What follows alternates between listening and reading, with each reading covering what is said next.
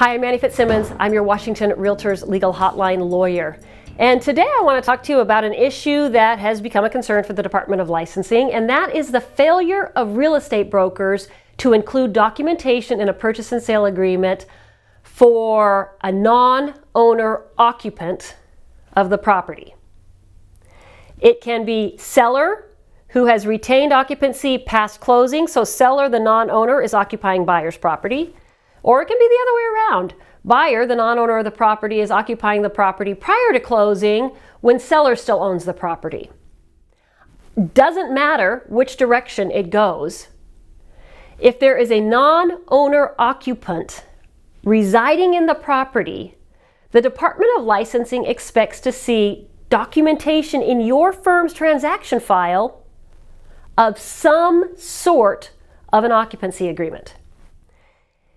In fact, statewide Form 21, your purchase and sale agreement, says that if buyer occupies prior to closing or seller occupies after closing, the parties necessarily agree to sign either Form 65A or 65B. So by signing Form 21, the parties have already agreed to sign the relevant occupancy agreement if they sign the Form 21 and agree to occupancy at some time other than possession. So whether the buyer's moving in early or whether the seller's retaining possession, once they agree to the closing date and once they agree to a different possession date, they have necessarily agreed already to sign either Form 65A or Form 65B. And the only thing left for you, brokers, is to get that form signed. And the Department of Licensing believes that you have failed to exercise reasonable skill and care, and you have failed to protect the property owner's interests in that transaction by failing to get the rental agreement signed, the appropriate rental agreement.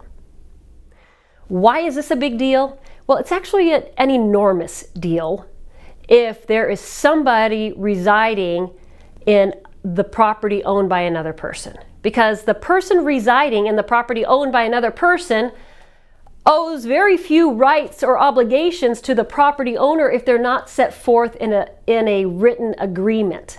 For example, if there is no written agreement concerning, let's just say it's buyer's occupancy of the property, and we have a sale fail that doesn't close, when is buyer required to move out? How is seller going to get the buyer out? Seller's probably going to have to do an eviction. When is buyer's rental agreement terminated? There is no written agreement. Or in the same scenario, let's say buyer or one of buyer's guests is injured in seller's property. There's no rental agreement, so was the buyer a tenant or was the buyer a guest of seller? Now, that might not sound like a big distinction to you, but I guarantee you that in a courtroom it's an enormous distinction, and the liability to seller is dramatically different depending on whether or not the buyer is a tenant pursuant to a rental agreement or seller's guest.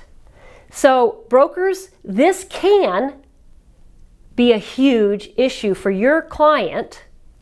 And as a result of that, the Department of Licensing is auditing files looking for an occupancy agreement in any situation where a non-owner occupant is residing in the property because of the fact that you gave them a key.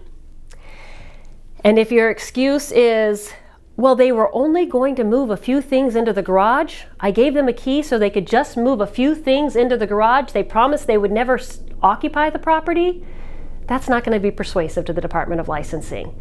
Because if you provide access to the other party, you better have written occupancy agreement. Thanks for tuning in. If you have questions on this topic or any other, please send an email to me, legalhotline@warealtor.org. Thank you for being a Washington Realtors member.